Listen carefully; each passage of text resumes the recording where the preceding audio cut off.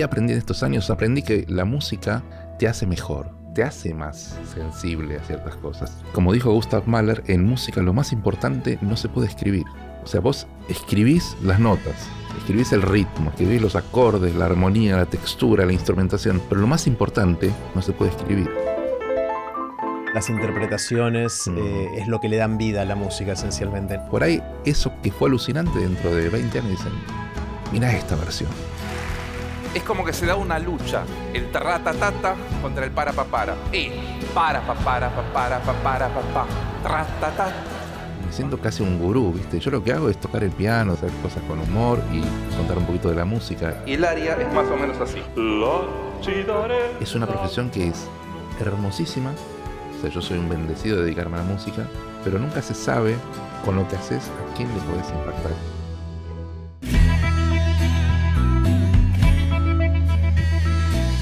Esto es Aprender de Grandes, la mejor excusa que encontré para conversar con gente que admiro y así aprender durante toda la vida.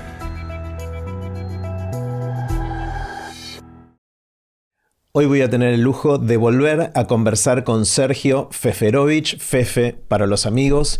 Fefe es director de orquestas, de coro, pianista, es músico y lleva la música a lugares que a mí me encantan y de los cuales aprendo un montón. Converso mucho con Fefe, somos muy amigos y a lo largo del tiempo aprendí muchísimo conversando con Fefe y sé que hoy juntos vamos a aprender un montón nuevamente del gran maestro Sergio Feferovich.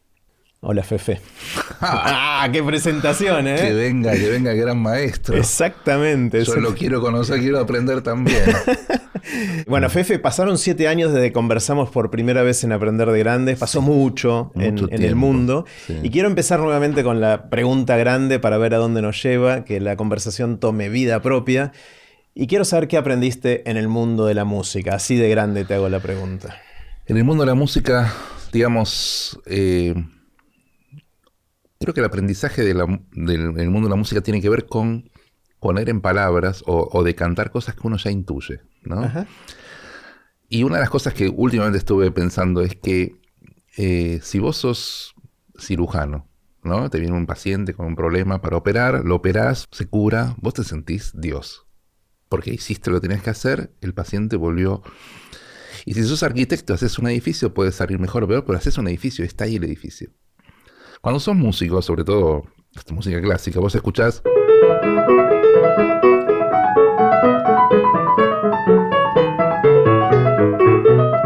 Entonces podés tocar eso y decir, yo lo toco mejor que nadie. Cosa que no es mi caso, pero poner que yo lo tocara. Pero por encima de eso está el tipo que hizo eso. ¿Entendés? Entonces te da... El arquitecto de eso. El arquitecto de eso. Entonces te da una perspectiva totalmente distinta de lo que es tu profesión. Por eso yo desconfío, hay lamentablemente en todas las profesiones y en los músicos también hay muchos músicos que se creen Dios, ¿no? Y yo me parece tan difícil eso cuando tocas una obra de Bach, por ejemplo, porque está el tipo ahí como mirándote, diciendo, a ver vos que te la das de músico, mira, componete.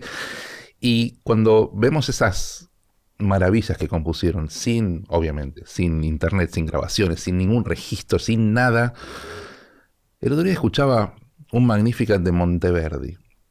Claudio Monteverdi, un compositor que para el gran público es ignorado. Bueno, fue uno de los, para mí, de los más grandes genios de la historia de la música. Y no solamente porque hizo música alucinante, sino que, por ejemplo, compuso un Magnificat 100 años antes que Bach.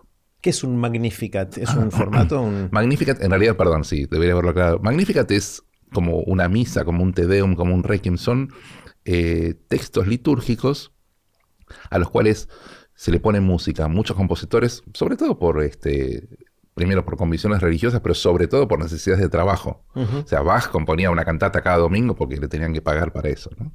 Y el Magnificat es un texto, sintéticamente es el momento en que María se da cuenta que está engendrando a Jesús, ¿no? Okay. Pero este Magnificat, además de que es hermosísimo, lo compuso en 1610. Es el equivalente a cómo Platón escribió todo lo que escribió sin ningún antecedente, solamente con su cabeza. Entonces, Monteverdi no sé cuánto pudo estudiar. Claro, no googleaba cosas para inspirarse. Entonces, cuando ves esos casos, vos decís, ¿cómo puede ser que un tipo que toca medianamente 3 acordes, no, dice, no, yo soy músico profesional. Hoy dices, claro. Y de hecho, me causa, siempre casi lo veo como simpático. La gente disfruta mucho de lo que hago, debo decirlo que yo la paso muy bien, la gente también, pero la poca gente que critica, que lo hace despiadadamente, son músicos, ¿no? Que te Que me critican critican a vos. a mí, ¿no? Por lo que hago. Pero ¿por qué no te informás? ¿Por qué no aprendes a tocar el piano? Cosas así, bueno, que son parte de este yeite, ¿no? Estar en las redes significa, bueno, acceder a un montón. Y esa frase que dice, lo que Juan dice de Pedro, dice más de Juan que de Pedro. Claro. O sea, vos no sabes cuál es la realidad del tipo que se sienta a escribir y que te castiga por algo que haces, que yo lo hago con mucha honestidad intelectual, si querés, con mucho cariño, y me encanta hacerlo. Y estoy hablando de un 0,1% de la gente. La verdad que es medio injusto, pero me llama la atención y tiene relación con esto que decía, de cuánto aprendés cuando hay algo, qué sé yo, la matemática es una ciencia, si vos tenés un teorema, lo resolvés. Y la resolución es esa y seguramente otro lo resuelva igual. La música no permite eso. No hay una solución a un problema interpretativo. Lo que hay son versiones que han evolucionado de una forma que son increíbles. O sea, el nivel técnico que tienen los músicos hoy es insuperable. O sea, nunca fue así en toda la historia de la música. Interpretativo, el nivel técnico de ejecución. Claro, de ejecución, pero qué sé yo, por ahí dentro de 50 años aparece una versión de la Quinta Sinfonía de Beethoven que dicen, nunca se hizo así. Y no sabemos cuál va a ser la versión. De hecho, la Novena Sinfonía de Beethoven, la famosa coral, ¿no?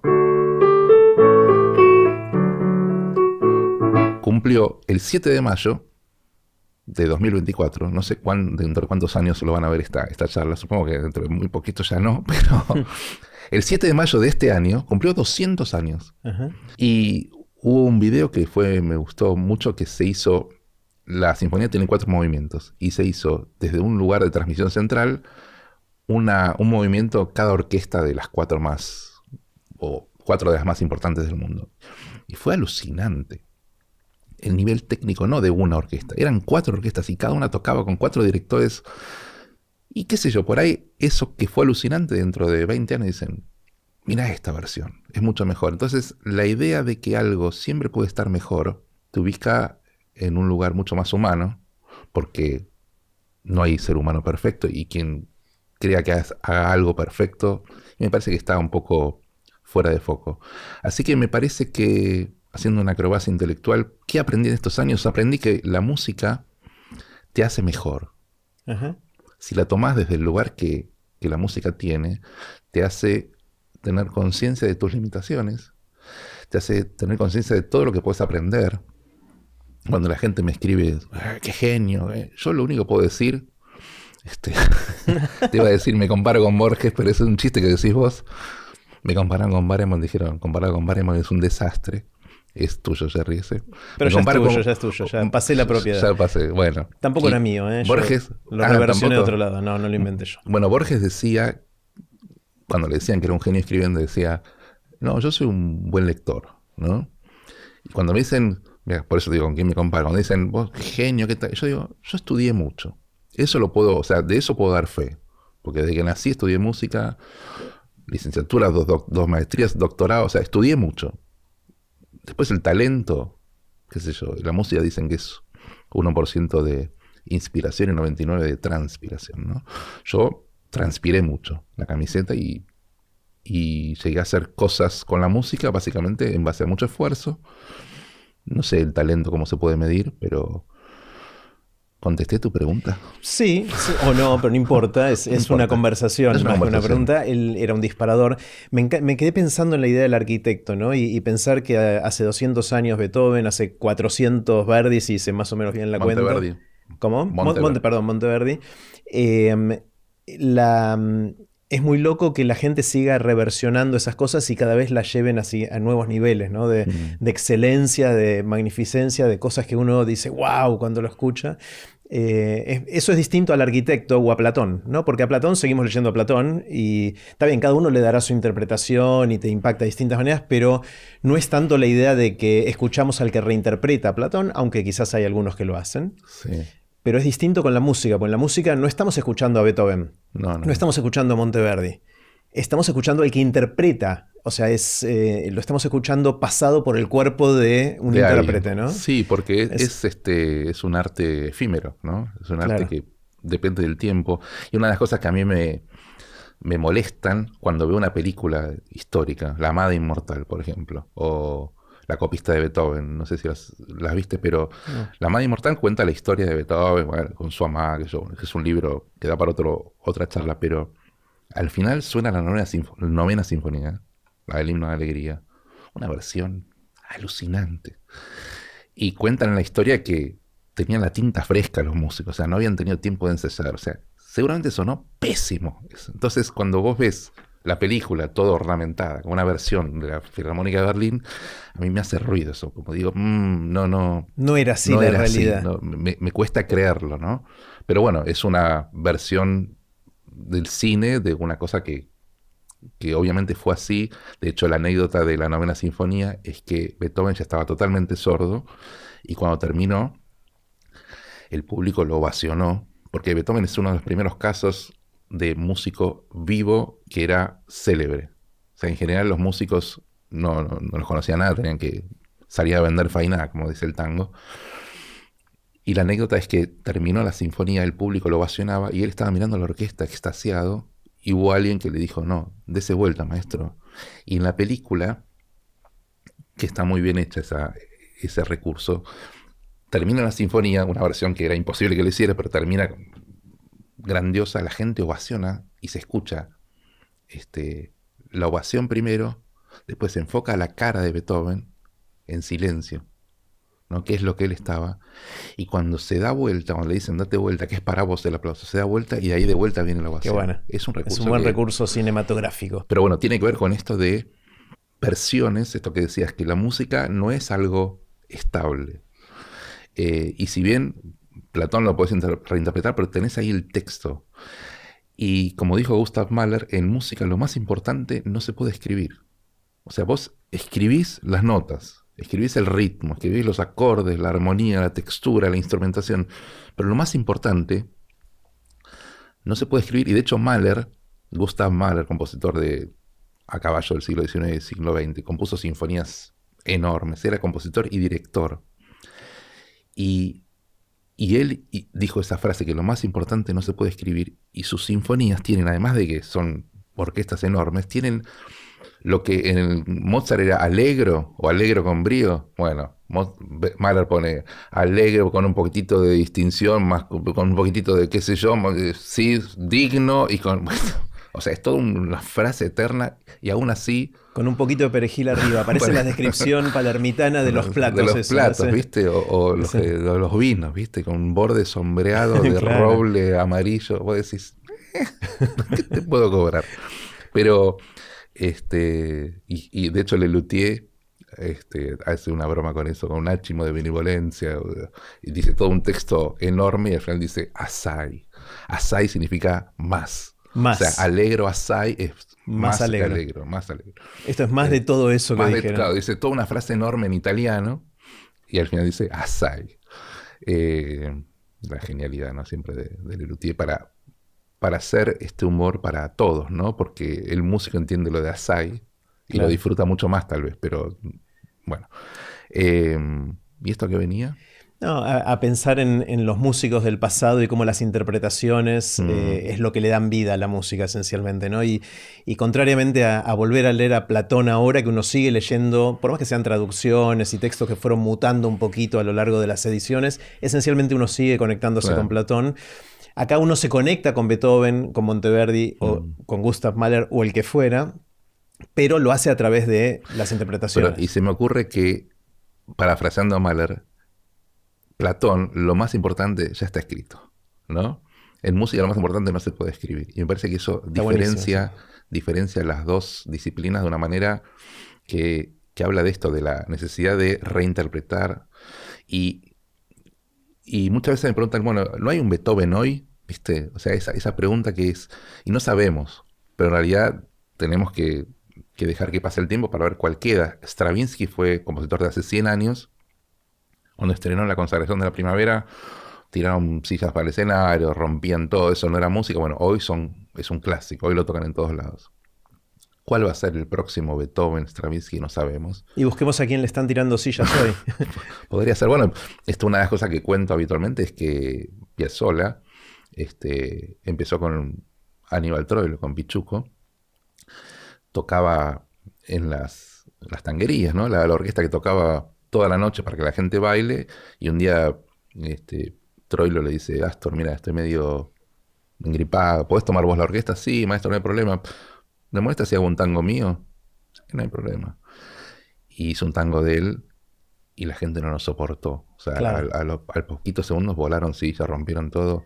Porque está demasiado alejado respecto a lo que la gente consideraba que era el tango, ¿no? Que en no ese era momento. tango, decían, aparte no servía para bailar tampoco. Claro. Que era lo que la gente iba a hacer, era bailar. Así que, digamos, Piazzolla ya sabemos que es otro Stravinsky, pues también volaron sillas.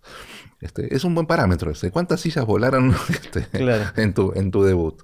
Y tal vez ahí tenemos un posible futuro. Hay todo un Beethoven. tema, ¿no? Con la evolución de la música, ¿no? Y de cuánto los que van fijando los nuevos estándares o las nuevas tendencias se alejan o no de lo anterior, ¿no? O sea, siempre vos contás la historia de cómo fueron los distintos paradigmas musicales y cómo los movimientos... ¿Cómo se llama? Las épocas, ¿cómo lo llamás? Los periodos. históricos. Los periodos musicales fueron evolucionando y cada uno fue enriqueciendo y reemplazando cosas del anterior. Y como en toda innovación, ¿no? Hay que innovar de forma tal que la gente pueda acercarse, por más que le cueste al principio, pueda acercarse a eso con un pie en lo que ya conoce, pero no tan alejado como para que esté fuera de época demasiado, porque entonces la gente no le presta atención, ¿no? Sí, parte de lo que eso trajo aparejado, por ejemplo, a principios del siglo XX, la música clásica, hay diversas teorías acerca de eso, pero la música clásica medio se empezó a alejar, o la música académica, digamos, se empezó a alejar del público, porque empezaron las nuevas tendencias, digamos, venimos desde lo barroco, que es, ¿no? la ornamentación, lo clásico, esta que te encanta, o si querés, después lo romántico,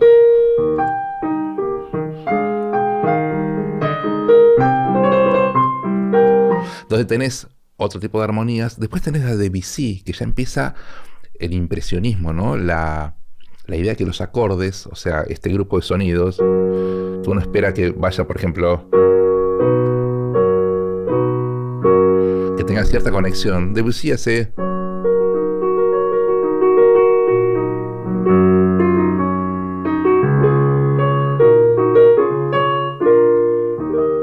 para cambiar algún acorde, ¿no? Pero básicamente los acordes ya son entidades sueltas, que no hace falta que se conecte uno con otro. Y después de eso viene Schoenberg, en el comienzo del siglo XX, en donde dice, bueno, no me importa más la tonalidad. O sea, yo voy a tocar...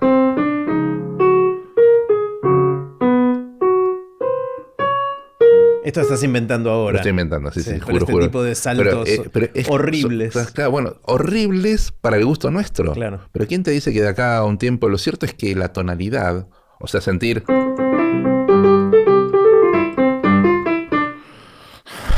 toca. No, uno necesita la última nota, que es la tónica, que es el lugar donde reposamos. Bueno, Schoenberg lo que dice es, no hay más tónica. Todos los sonidos, los 12,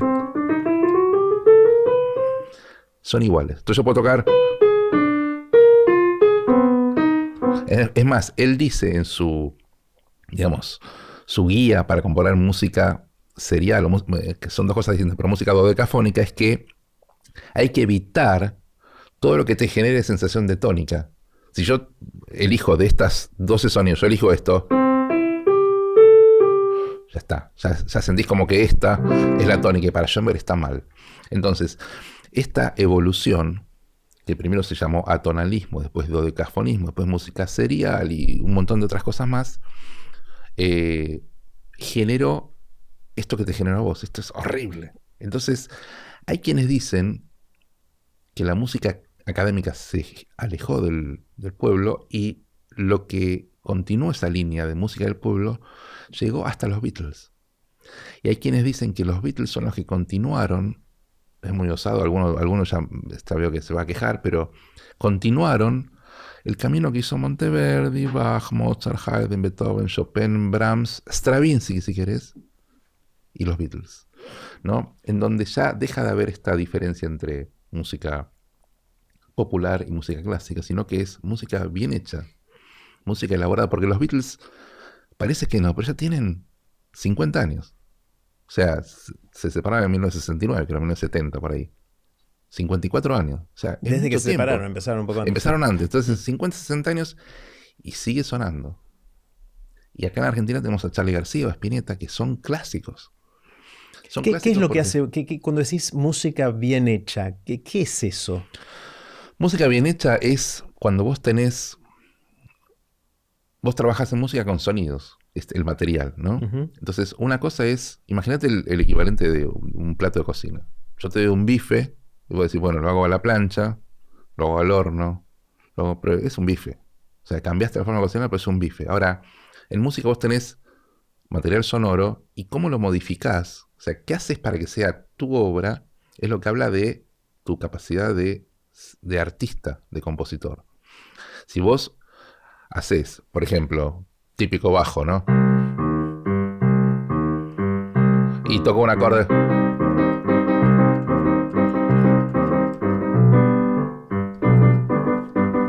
Esto ya estaba. No modifiqué nada, esto ya existía. No hice nada que fuera. Me causó gracia el otro día, me hicieron una nota en una radio y me dijo, pero me gusta. Claro. Dije, claro, te gusta porque es el equivalente a la comida chatarra. Es música chatarra. Te gusta porque, obviamente, si querés lo comes y enseguida, si tenés hambre, lo comes. Pero no es algo que puedas comer todos los días. Y no es algo que resista el paso del tiempo. Claro. ¿No? Entonces, la música, cuando está bien hecha, por ahí necesitas escucharla más de una vez. Pero después la disfrutás más tiempo. Yo estoy haciendo con un coro ahora el Requiem de Mozart. Ya lo dirigí 3 veces antes. Y muchos de los que cantan ahora ya lo cantaron con otros coros o conmigo. No sabes lo que disfrutan, seguir cantando la misma obra. Es como la diferencia de leer un poema de un autor berreta o leer un poema de Borges. El poema de Borges lo puedes seguir leyendo. Y lo seguís leyendo y cuando decís, ¿cómo era la del elogio de la ceguera? Ahí está, nadie rebaje a lágrima o reproche esta declaración de maestría de Dios que con magnífica ironía me dio los libros y la noche. Eso lo puedes seguir leyendo. ¿Qué es la diferencia entre los zapatitos más aprietan, o sea, digo para decir algo muy chabacano? Entonces, una obra bien escrita, un poema, un cuento, una sinfonía, perdura. O sea, no se muere nunca. Una obra, cuando no tiene nada de nuevo en el material que utiliza, requiere, si querés, enseguida la incorporás, los jingles, ¿no? No sé cuánto estamos acá de la gente, cuánto conoce, por ejemplo, ¿la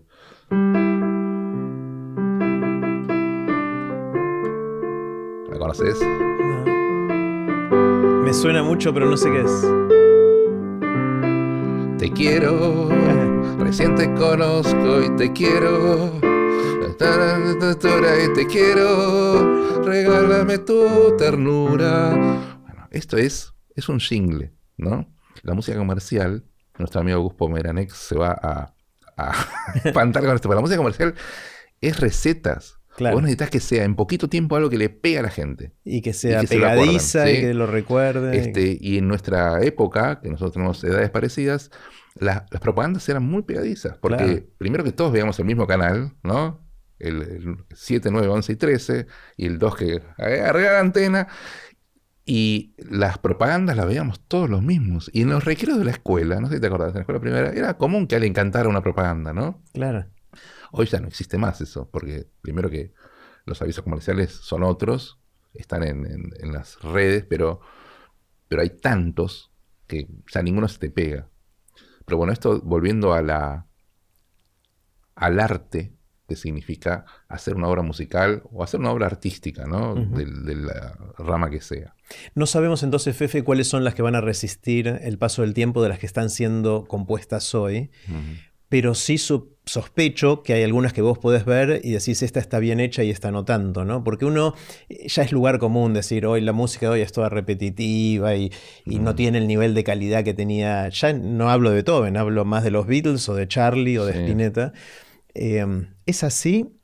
¿O hay música de la que suena hoy, de la que está de moda hoy, que vos decís, está bien hecha? Veremos o no si resiste el paso del tiempo, Claro. pero está bien hecha. Digamos, también, no sé si yo tengo la autoridad para decir está bien hecha o está mal hecha, pero... Para vos, para tu gusto. Sí, digamos. para mi gusto vos tenés, bueno, lo que pasa es que no quiero dar nombres, pero tenés cantantes que hacen música muy comercial, ¿no? Que son todas iguales, y tenés cantantes que sí hacen obras un poquito más elaboradas. Después, bueno, el paso del tiempo es relativo, depende también de dónde nació, por ejemplo, pero cuando escuchás canciones de Sting, por ejemplo, o canciones de Phil Collins o canciones de Queen, tienen una elaboración. Cuando vos escuchás...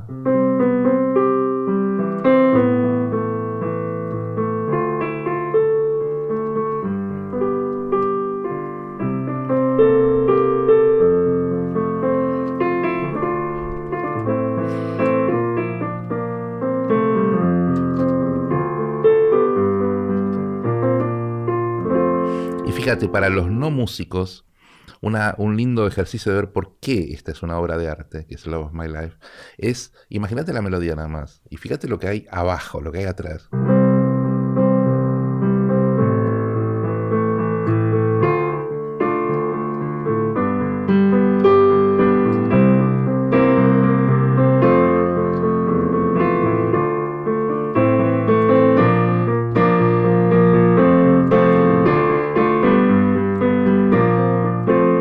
¿Sí? Me encantó porque iba yo tarareando cantando por adentro la melodía, claro. Bueno, si eso lo comparás con... Claro. ¿Entendés la diferencia? O sea, tenés y de vueltas, citando este ejemplo que di antes de Monteverdi, viste que el expresionismo se dio justamente en la época de Schoenberg, la época del inconsciente. Hay tres obras que son como representativas del expresionismo, que es lo que uno hace instintivamente, ¿no? Sin pensarlo demasiado. Una es una ópera de Wozzeck, luego el Grito, de Edvard Munch, ¿no? Esa figura que es... El cuadro. Y el Gabinete del Doctor Caligari, que es una película de cine mudo, que se trata de un personaje, el protagonista, que es aparentemente normal, pero es sonámbulo, y cuando se despierta del sonambulismo empieza a matar gente, ¿no? Lo cual es tremendo. Pero cuando ves esa película, la filmó, ni me acuerdo el nombre del director, pero la filmó con una cámara, sin ningún tipo de técnica ni de edición posible, con una cámara, y es una obra de arte. Entonces, y esa resistió el paso del tiempo. Por supuesto que es más para fanáticos del cine, gente que le gusta ver cómo se hizo, pero estas son las cosas que decís, ¿qué tiene atrás? ¿No? Como esta canción, ¿qué tiene atrás? Bueno, tiene un trabajo desde guión, desde ver las caras de los personajes, que es distinto al cine comercial, de cine de acción, ¿viste? Que son todos efectos y empieza la película y ya mataron a 5 tipos como para empezar, ¿no? Como después viene el plato principal, ¿no? Entonces, como entrada te matan a 5 tipos. Y bueno, hay gente que consume eso porque le da adrenalina, pero no sé si te pasa, ves una película así de acción y salís como medio vacío, ¿no? Está bien, qué lindo la pasé, que yo... Bueno, ya está. Salí y después si te vas a comer algo con la gente que fuiste al cine, no tenés de qué hablar. Che, ¿viste cómo mataron al cuarto? ¡Oh, cuánta sangre! ¿No? Y en cambio, si vas a ver una película de Woody Allen, claro. Por ejemplo, ya vi un par de veces la de Medianoche en París. Sí. Es genial. Pero es genial esa película. Es genial y podés hablar un rato largo sobre la cantidad de cosas de los personajes cuando está Gershwin tocando y se encuentra... Aparece Hemingway. Hemingway, sí, o sea, bueno, ¿por qué? Porque estamos hablando de un tipo genial que hizo cine, claro, con una cámara, con actores, más allá de su cuestión personal, que eso, digamos, es otro Separando. de los grandes, claro, es otro de los grandes debates de la disciplina artística, ¿no? Cómo podés separar a la persona del creador. O sea, yo alguna vez dirigí Wagner, por ejemplo, y bueno, porque yo lo separo a Wagner, persona de Wagner, compositor, pero bueno, esto tiene que ver también cómo identificás la mano de obra, ¿no?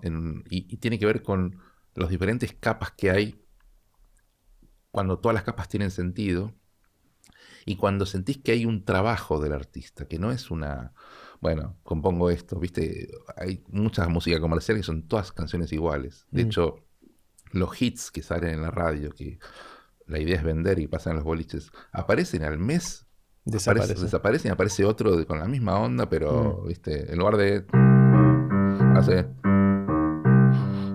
es lo mismo, pero con pequeña variación y para venderlo de vuelta, ¿no? Entonces, no sé por dónde estábamos, pero Sí. tiene que ver con esto. Igual me quedé pensando en los jingles, ¿no? Que los trajiste como un ejemplo de algo pasajero, rápido, efectista. Pero al mismo tiempo hay algunos, como vos dijiste, de nuestra infancia que nos pegaron fuerte y los seguimos recordando al día de hoy, ¿no? Bueno, ahí cumplieron su rol perfectamente, ¿no? Claro. De hecho, hay jingles que eran tan buenos que te hacían olvidar de qué era el jingle, Claro, ¿no? o tan malos entonces, porque no servían el efecto, Claro, no cumplían su rol. Tan buenos digamos. musicalmente y tan malos publicitariamente. Claro. Porque el rol era que vos te acordaras del jingle. El jingle es buenísimo, pero no me acuerdo qué promocionaba, claro. Claro. Así que... Pero bueno, me parece que está bueno esto de comparar la diferente craftsmanship, me sale como si fuera Sí, es como el arte de hacer, ¿no? Arte de hacer, ¿no? El arte de hacer y de componer. Porque además otras dificultades que se encuentran hoy los compositores es que vos, periodo barroco, componías música barroca con cierto esquema armónico, ciertos acordes, muy ornamentada, viste que el barroco es un periodo de mucha ornamentación. En el clasicismo, la gran novedad era la frase periódica, esta de... que podías respirar, ¿no? Tenías como una pausa, ¿no? Y componías así, y en el romanticismo, bueno, los acordes, si querés, el impresionismo. Hoy en día, no hay un gusto por la música académica. O sea, cualquier cosa que compongas está permitido. De hecho, una de las cosas que yo menciono es, por ejemplo, que Mendelssohn, que fue romántico, fue uno de los que redescubrió a Bach. Ajá. Bach murió en 1750 y desde que se murió tuvo como 50, 70 años en un cajón. Nadie tocaba Bach porque era música vieja. Claro. Los hijos de Bach decían, no, papá, no sabe componer, está fuera de moda, ¿viste? Y es eso de que cuando vos empezás a darle la razón a tus papás, tus hijos te empiezan a decir que estás equivocado, ¿no? Es este ciclo. Decían papá está de moda, está fuera de época. Y los hijos de Bach justamente empezaron a componer en lo que sería el estilo clásico, protoclasicismo, digamos, que después llevó a su máxima expresión Mozart, Haydn y Beethoven, ¿no? Pero este gusto por lo anterior se da recién en el romanticismo, en donde Mendelssohn, como dije, tomó la música de Bach y dijo, uy, mirá, qué bueno que está esto. Puedo componer un contrapunto. Entonces dijo, pero si hago esto va a ser una porquería, van a decir que compongo como Bach. Entonces, ¿qué hizo?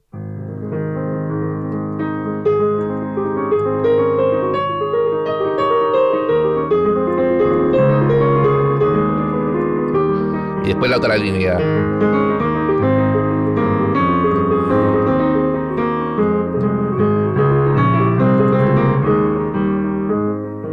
Entonces, esto te muestra que se empezaron a usar recursos que eran del pasado, pero con una nueva lente. Una cosa es esto, que es una melodía que podía haber escrito Bach, y otro es lo mismo.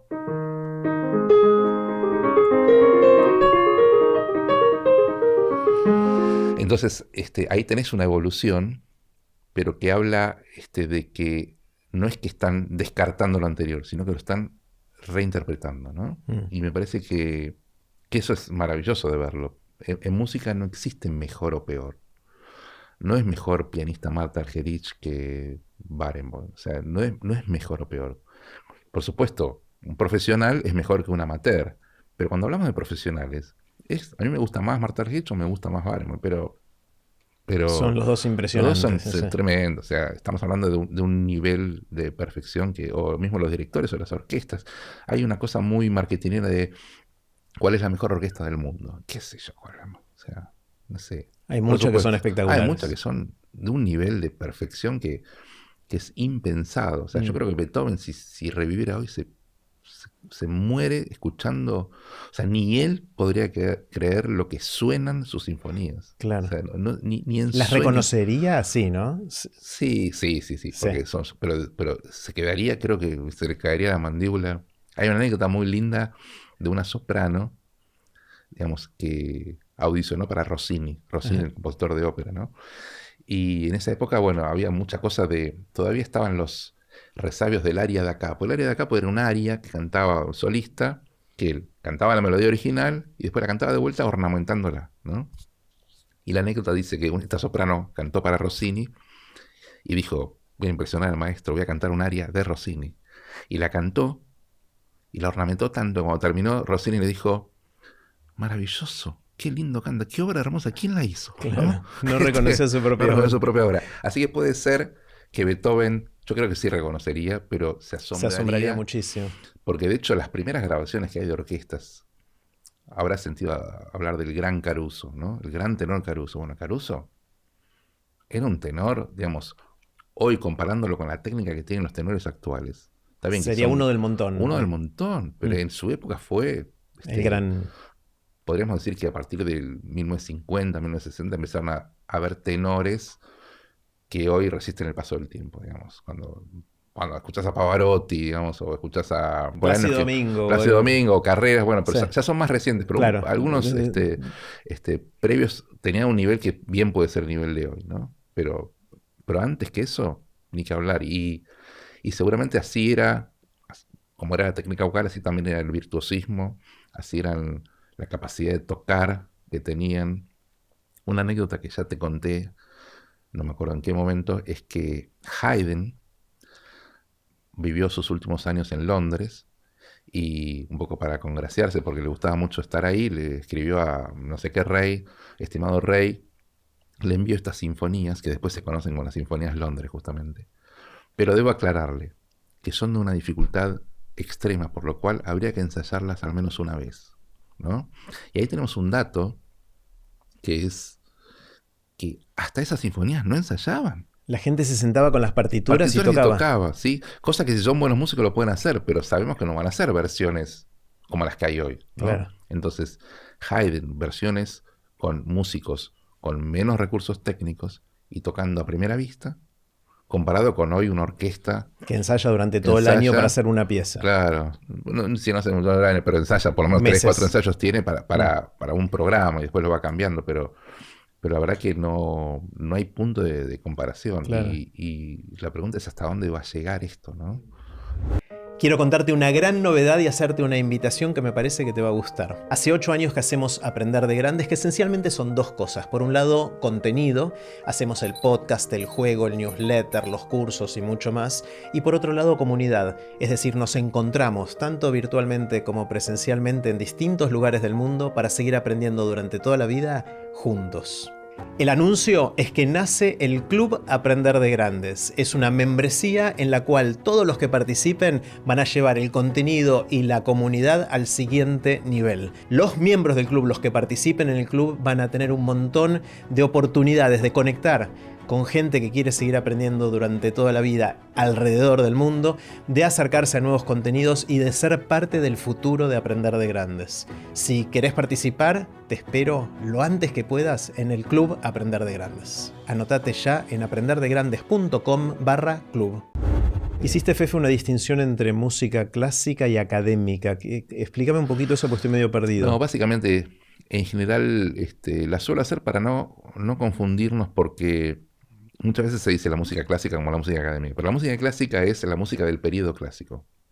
¿Que eso fue entre qué años Entre más o menos? Más o menos 1750, 1830. Ok. Básicamente desde que se murió Bach hasta que se murió Beethoven. Uh-huh. Pero lo que pasa es que hay dos conceptos. Una cosa es la música clásica, que de ese periodo clásico que un poco recurrió de vuelta a la antigüedad griega, a los clásicos griegos y a la estructura formal, la simetría, la proporción, es la época del iluminismo, de la ilustración. Y otra cosa es el concepto de clásico. ¿Qué es algo clásico? Algo clásico es lo que se toma como paradigma, es lo que te establece pautas para decir, a partir de ahí, por ejemplo, Platón es un clásico. Claro. Todos los filósofos que vinieron después construyeron sobre Platón. Mozart es clásico y Beethoven también, y los Beatles son clásicos. Ahora... No son del período clásico, por eso causa confusión. Por eso hago esta distinción. Claro, es porque... como Holanda y los Países Bajos, más o menos. Exactamente. Los Países Bajos de Holanda. No sé por qué le cambiaron el nombre, porque es un solo país aparte. En realidad Holanda es como una parte de los Países Bajos. Claro. Está en North Holland y Holanda, me parece, no me acuerdo exacto, que son como provincias o partes del territorio que no son todo. Claro. Es como Argentina decirle Buenos Aires, Bueno, para claro. llevarlo a algo más cercano, ¿no? Pero lo cierto es que estos que son paradigmas, por ejemplo, alguien te podría decir, no, a mí me gusta escuchar música clásica. ¿Sí? ¿Qué escuchas? Chopin, Brahms. Bueno, Chopin y Brahms son del periodo romántico, pero es música clásica porque es en el música otro sentido académica, ¿no? Claro, Por entonces eso yo puedo decir, me gusta la música clásica, escucho los Beatles. exactamente. Claro. Está bueno, lo voy a tomar. Ahora, Claro. yo soy... Sí, así. con este concepto, porque los Beatles también hicieron cosas muy, muy novedosas, ¿no? ¿Cómo que cuál fue la innovación de los Beatles? Primero, los Beatles fueron muy originales, tienen melodías increíbles, acordes que ellos usaron realmente muy bien, y aparte ninguno de los cuatro estudió música en forma oficial. Académica, claro. Lo cual habla de una genialidad que tampoco se puede tomar como modelo, ¿no? Si un chico me dice, mira, yo quiero estudiar, pero yo quiero tocar, quiero ser músico, pero los Beatles no estudiaron música. No, vos estudiás, porque no se puedes comparar con los Beatles.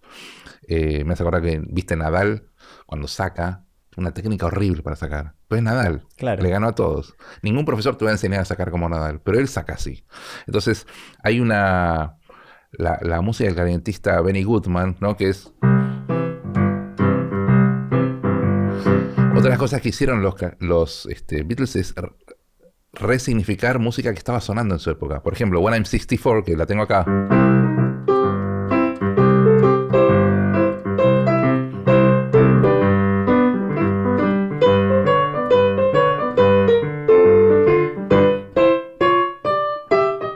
Entonces ahí tenés un estilo de algo que estaba sonando, que era la Big Band, ¿no? Y de repente tenés a George Harrison que toca...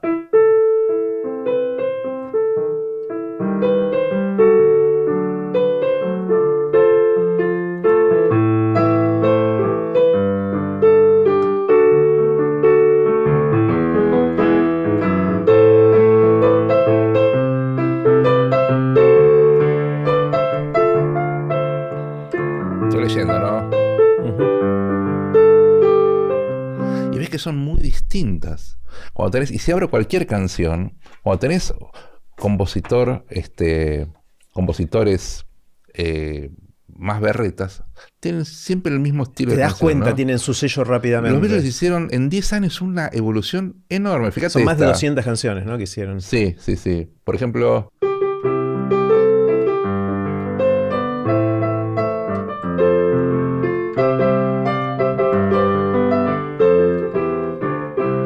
Esta secuencia, que la usaron otros, ya tiene como un sello de Beatles, ¿no? Uh-huh. Y esto de los Beatles, y Piazzolla, por ejemplo, cuando hace esto que uno espera el tango que sea en 4.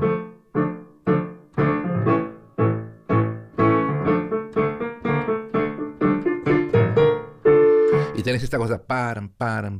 Y Piazzolla acá se dice, no, voy a hacer otro compás. Que hace... Entonces te hace en el bajo un grupo de 4 notas, 1, 2, 3, 4, 1, 2. Y la mano derecha hace el otro compás. Esto es la muerte del ángel.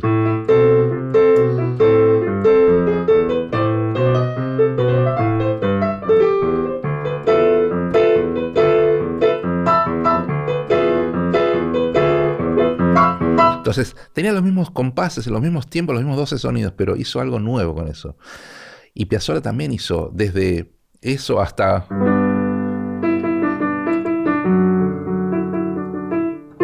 que es Eladia Blasquez. Con Eladia Blasquez hizo un montón de... o Chiquilín de Bachín, ¿no? Son obras que tienen un manejo del material distinto a lo que hacen los compositores que hacen todo el tiempo...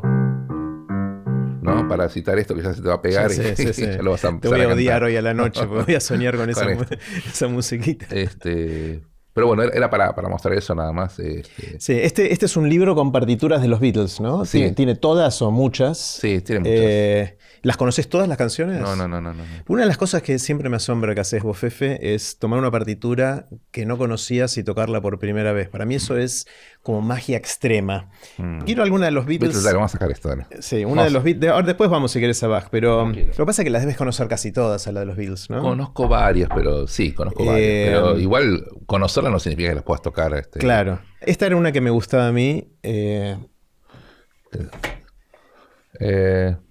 And She Loves You es. She Loves You, claro. Bueno, en este libro, es un libro, digamos, para tocar con guitarra, si querés con piano también, porque tiene la melodía, ¿no? Y arriba tiene el cifrado americano, que es esto de los acordes que usted decía que es. Esos son los acordes. Entonces yo los junto.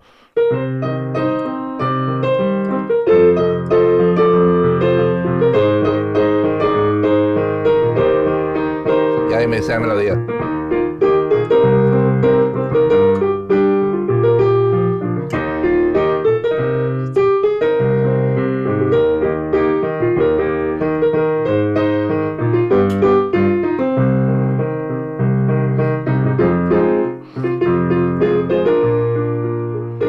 Sería eso más o menos, ¿no? Espectacular. Por supuesto que hice una síntesis. O sea, no estás tocando exactamente lo que está impreso acá. Lo que está escrito ahí es una guía nada más, ¿no? Claro, y y uno lo tiene demás que, vos te movés dentro claro, de lo trato patrones y de... Claro, de ornamentar, uno sabe más o menos cómo son los acordes y más o menos por dónde vienen, ¿no? Claro. Y a la gente le asombra también esta cosa de que yo nunca toqué una canción y te dicen, bueno, a ver, ¿y conoces Adiós Muchachos, el tango? Y yo si lo conozco lo puedo tocar. Nunca lo toqué. Pero Eso es una locura. no es una locura. Hay mucho Sí, músico que puede Fefe, es hacer. una locura. Bueno, bueno, no es una locura. Pero me viene de como algo natural. Un ejemplo que di alguna vez es, imagínate yo te digo, rojo, azul, verde, violeta. ¿Vos podés pintar eso? Sí. Sí, Yo tengo los suponele, colores, sí. ¿no? Sí. Bueno, cuando vos me decís adiós muchachos, a mí me suena rojo, azul, verde y violeta. Sol, sol, Y sol, vas mi, y- do, re, si, do, la, re, do, si, la, sol. Si yo sé que empieza con sol, sol, mi, do, es con do mayor, porque do, mi, sol es el acorde. Entonces,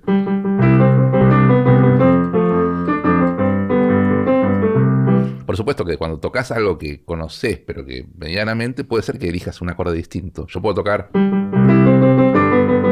o puedo tocar, que suena mucho peor, pero digamos, puedo elegir otros acordes. Pero la melodía me suena a como es. Y cuando decís, qué sé yo, Samba de mi Esperanza, porque la conozco. Claro, no es memoria de cómo se toca una canción. No, es porque conocer la imposible. canción y de alguna manera tu mente, tu cuerpo, tus músculos lo mandan a los Es dedos. esto que decía de los colores. Imagínate que yo te digo un poema que vos conoces, escribilo. Vos lo escribís. Claro, O sea, si ya lo conozco. Si ya lo conoces. Lo que no puedo tocar es canciones que no conozco. Obvio. Pero dale, ¿sabes que te gusta el juego? Decime una. A ver si A la ver, conozco. vamos a ver una canción. Vamos a los jingles de nuestra Dale, infancia. Por ejemplo, uno que me pegó mucho es Añejo W. ¿Te acordás de Añejo W? A ver.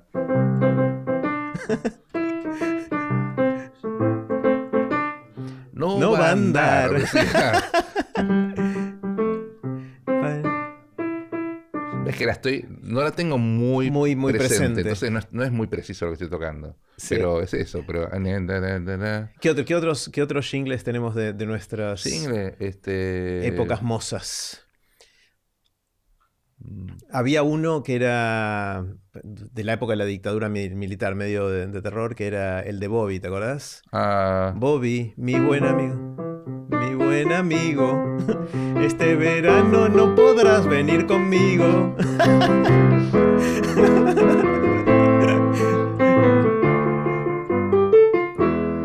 Y después venía. Mucho. Ahora me decís, ¿estuviste estudiando esto para venir? No, te juro que no. O sea, esto no lo estudio. Esto lo tenés en tu mente y vas, por más que nunca lo tocaste, vas y lo tocas. Y suena, sí. Es medio, a mí me parece totalmente natural. Yo sé, me parece, yo sé. pero yo veo que la gente se asombra O el otro día me decían, sí, estaba en el coro, no sé qué, decía, sí, bueno, porque en la mesaza, ¿cómo es la canción de Mirta Legrand? Ni la sé Eh, yo, no la sé. Algo así, ¿no? sí. Na, na, na, na. Bueno, algo así era, ¿no? Y yo Sí. empecé a tocar, ahora no me acuerdo que la toqué, pero si la conozco, suena. La podés, claro. De hecho, me pasó en un acto de los chicos cuando estaban en la escuela que, bueno, entonaremos la estrofa del himno nacional argentino. Había un piano ahí, se rompió el disco, qué sé yo. Bueno, Fefe Fefe, venía a voy a tocar. tocar. Y toqué el himno. ¿Entendés? El No, himno no era que lo entero. tenías preparado. No, no, no. Por supuesto que no toqué la versión ni más complicada ni la versión oficial, pero igual esto lo escucha gente de otros países, pero uno se puede adaptar a eso, que lo conoces y lo traducís en sonido. Y a mí me encanta esta capacidad de poder hacer vivir, porque este libro es un libro que está muerto acá, digamos, si nadie lo toca, ¿no? No suena nada. Entonces de repente, mira, volviendo Abajo, vamos a Bach, que abajo. te decía. Bach, digamos, es lo más cercano. Un musicólogo una vez que dijo que si Dios le tiene que agradecer a alguien es a Bach, ¿no? Entonces cualquier cosa que vos Abriste al abras, azar, una página al azar, a o ver. este, no sé, ¿querés abrir vos? No, Para de que... cualquiera, cualquiera. Bueno, Mira. es un libro, un montón de obras de Bach, pero por ejemplo yo toco esto. eh,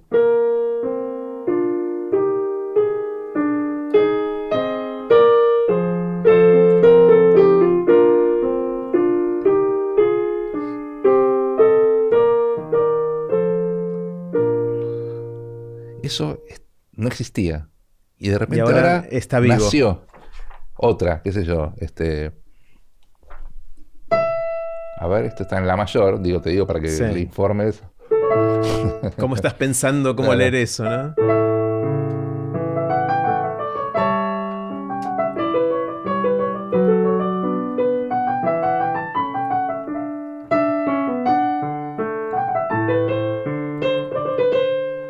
Estoy tocando muy rápido por esa primera vista.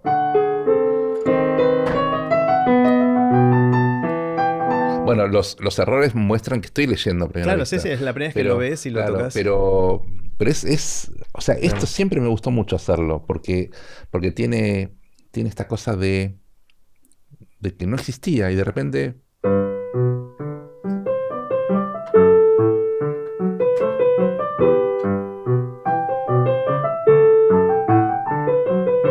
esto creo que algunas lo toqué, por eso me suena más conocido. Es unas variaciones Goldberg, pero para esto no es necesario estudiar mucho.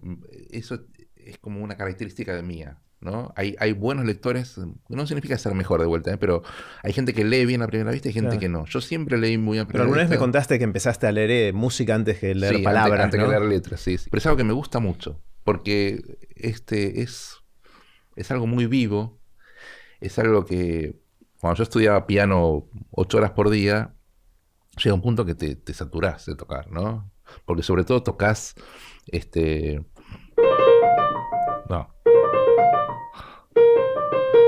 Y así se estudia, ¿no? Tenés que repetir millones de Repetir. veces lo mismo. Entonces, después de eso, de hacer tanto lo mismo, muchas veces terminaba mi sesión de estudio agarrando cualquier obra y tocando, ¿no? Porque ahí sentís que Ahí te me liberás. libero, ¿no? Entonces es algo que naturalmente me sale, pero además lo entrené por esta cosa de usarlo como recurso para salir del asedio de estar Mm, tocando tantas horas seguidas, ¿no? claro. Siempre digo que me encantaría, creo que está en alguna de las preguntas del juego de Aprender de Grandes, si pudiera ser otra persona por un día, ¿quién querría ser? Y siempre digo que me gustaría ser gente que pueda hacer cosas que para mí son imposibles, ¿no? Como Mm, esto que haces vos, o como sacar como Nadal, o jugar como Magnus Carlsen al ajedrez, al ¿no? O sea, ajedrez, como claro. que tengo esa fantasía de por un momento tratar de entender cómo es cómo funciona la mente y la forma de pensar y de hacer cosas de gente que puede hacer cosas que para mí son prácticamente imposibles, ¿no? Sí, siempre lo que hace el otro, bueno, nombraste a Carlsen, o sea, el ajedrez, nosotros los dos somos Ujú. fanáticos, el ajedrez tiene ese misterio de que siga habiendo, ya sabemos que hay computadoras que son invencibles, pero sigue habiendo gente que hace cosas distintas con las mismas 32 piezas, con los 64, y, 64. Los 64 Ah, sí. entendí 74. Está bien. No, salvo que juegues Ahora sí, después un repasamos la ajedrez tabla distinto. del 8, Fefe. 64, Escaques. escaques, ahí está, no me salía la palabra. Y cuando ves esas cosas, y de vuelta, comparando con Monteverdi, ves esas partidas que jugaba Alekhine o Aloygin, como se dice ahora, las genialidades que hacían sin un solo beat, no Sí, sé, sí, era sí. todo tal vez estudiaron sus propias partidas, la de otros, pero ¿cuánto podían Sí. estudiar? Yo tengo una teoría, seguramente no es original lo que te voy a decir, pero en esa época la gente no tenía muchas distracciones. Y cuando se metía a jugar al ajedrez o a componer Monteverdi en el 1600 no sé cuánto, no tenían la notificación de Instagram que les salía o de TikTok que tiene algo nuevo para ver interesante, ¿no? Casi lo digo exageradamente, pero pareciera que ahora tenemos tantos estímulos que es muy difícil dedicarle una vida a ser pintor, escultor o músico. Mm. No que eso alcance para generar genios, pero sí creo que es necesario. Y si hoy no hay mucho de eso y la tendencia es a fragmentarnos cada vez más y a no dedicarle demasiado tiempo y al primer contratiempo saltar y hacer otra cosa distinta, es poco probable que surjan nuevos Beethovens, ¿no? Sí, es como para pensarlo. En realidad,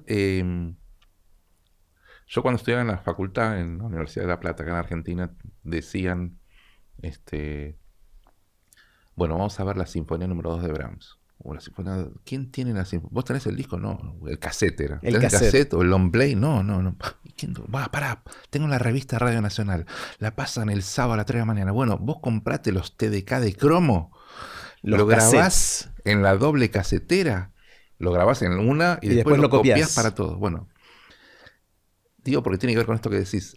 Y hacíamos ese laburo para tener una grabación, una sola. Yo doy clases en la UBA ahora, musicoterapia, y les digo, bueno, la semana que viene vamos a... Escuchen tal sinfonía, qué sé yo. La semana siguiente, ¿escucharon? No. Que hay 500 versiones Y tenés que hacer libres, clic. gratuitas en Tenés que hacer YouTube o en clic nada más. Spotify o en lo que fuera. Todo el trabajo es eso. Entonces, una vez me dijo alguien que lo que antes era buscar información, que era grabar a las 3 de la mañana, ahora es desechar información. Y es Que es un más trabajo difícil. que es mucho más difícil, porque ¿qué desechas? ¿Cómo haces para apagar el celular, para no ver TikTok, para no engancharte y para poder estudiar? Y bueno, es una elección. Yo creo que hay que disciplinarse, hay que, como dijo, creo que es Seba Campanario, dijo, llega a la casa y deja el celular en otro lugar, o sea, necesita estar normal, porque es muy adictivo, ¿no? Y uno lo tiene y sí, estás viendo qué es lo que pasa, pero... Y saber para qué lo usás, ¿no? Yo veo tanta gente scrolleando el celular que me parece que o sea, están logrando su objetivo, que es que nos convirtamos en Sí, y gente más lo tonta. loco de todo esto, Fefe, es que en gran parte es por culpa tuya. ¿Por qué? Y porque desde que hablamos la última vez en Aprender de Grandes, te transformaste en una mega estrella de las redes sociales. Y yo cuando estoy a la noche y no dejo el celu y estoy scrolleando en TikTok o en Instagram, me aparecen tus videos. Mis videos, sí. Es raro esto que pasó, ¿no? Por lo menos es raro comparado con el Fefe de hace 7 años. Es raro, sí, es una gran novedad y tiene una repercusión enorme y soy contradictorio. Como dijo Churchill, lo que ayer afirmaba, cuando lo afirmaba estaba plenamente convencido, ahora que lo niego también estoy plenamente convencido. De todos modos, creo que también dentro de la tecnología, dentro de los celulares, hay muchos reels que valen la pena. Yo veo cosas muy copadas en la web, pero esto que empezó en TEDx Río de la Plata, que fue para mí un punto de inflexión cuando yo hice la vuelta al mundo en un violín, me convocaron para ser orador, yo ni sabía lo que era TEDx Río de la Plata y a partir de ahí, bueno, empezó esta charla que se llamó La música de las ideas y se transformó en una conferencia que di en muchos países, en muchos lugares. Y hace relativamente poco, hace un año, me llamó un productor, me dijo, ¿no querés hacer esto en teatro? Y bueno, explotó a nivel teatral porque estoy con salas llenas por todos lados. Y cuando hacía la vuelta al mundo en un violín, era una orquesta, una obra preciosa que vos la viste, que tuvo muchos premios. Y a veces éramos 20 músicos en el escenario y 20 en la platea. O a veces menos en la platea que en el escenario. Y yo decía, ¿por qué la gente no compra entradas? Si esto es maravilloso. Y era maravilloso, doy fe que era maravilloso. Era maravilloso. Y ahora hago la misma pregunta al revés. ¿Por qué la gente compra entradas para verme a mí solo ahora con el piano? Pero seguís siendo maravilloso. Bueno, la gente dice eso, pero no me parece tan distintas las propuestas. La otra era más para chicos, pero era para toda la familia. Y el teatro es un milagro y es una cosa que absolutamente indescifrable. ¿Por qué algo tiene éxito? Yo no creo que la gente vaya al teatro me haga mejor músico, pero sí me parece que estoy ocupando un lugar que estaba vacío, ¿no? Algunos dicen que es una especie de mezcla de Lelutier con Leo Maslia. Ojalá, pero... Son lindos piropos que te Son hacen. lindos piropos, claro, pero Leo Maslia es compositor, tipo raro que admiro mucho.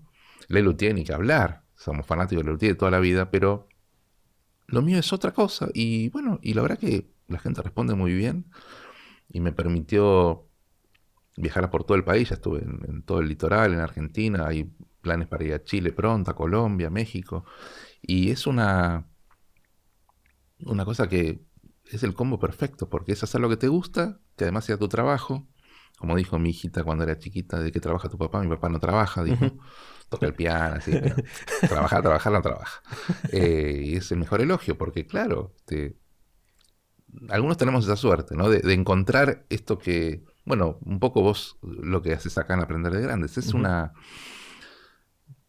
Hoy cuando llegué te dije, qué bueno que exista eso, porque si no, nunca nos hubiéramos encontrado para charlar. Hablar así de largo de estos temas. Hablar de estos temas. Entonces, nos encontramos, pero en otras ocasiones. Otras ocasiones, sí. más cosas sociales, y hablamos también, pero poder hablar de sin tiempo, ¿no? Sin la prisa del mundo de hoy. Y una de las cosas que... ¿Sabes qué te iba a responder? ¿Qué cosas aprendí en estos últimos años? Eso, a ver.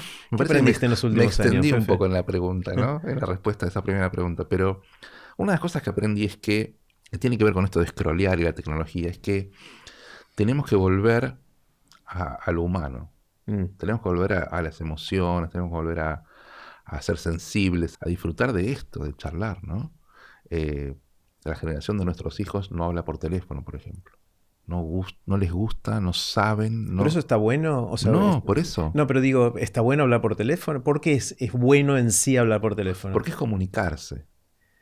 O sea, pero ellos se comunican con mensajitos. Pero no es lo mismo. Yo sé, pero tengo miedo de estar como eran nuestros viejos o abuelos en su momento diciendo... No, pero yo no estoy diciendo que eso sea malo por la tecnología. Lo que estoy diciendo es que el WhatsApp te está deshumanizando. Te está diciendo, bueno, no es lo mismo que yo te diga, querida, te quiero, por un texto que te diga, querida, te quiero, o sea, te amo, te adoro, lo que sea. Entonces, pero mi abuelo decía, yo lo decía en persona, ahora vos lo decís por teléfono. Claro, por supuesto que son... Que no es lo mismo porque no estás ahí en persona, es el teléfono que está mediando. Ahora lo llevamos un paso más allá y pusimos un texto en WhatsApp. Un paso más allá, pero a mí me parece que este es más grave. Es un paso que es un poquito más deshumanizante, donde todo pasa por comunicarse. O sea, las aplicaciones, no voy a decir el nombre, pero las aplicaciones de citas. No hay nada más deshumanizante que eso. Claro. O sea, vos lo único que sos es tu cara, tu foto.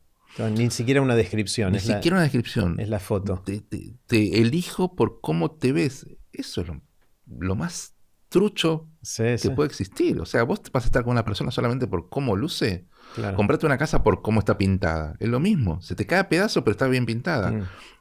Y estoy volviendo a eso. Y lo compruebo en el espectáculo, lo compruebo en las charlas que doy. En donde hay que volver a sentir, volver a hacerse sensibles a las cosas que nos pasan, porque estamos todos estructuraditos, todos armaditos con el último celular y con el último modelo de todo de la computadora, pero lo cierto es que, en concreto, lo que nos diferencia de otros seres vivos es que podemos comunicarnos.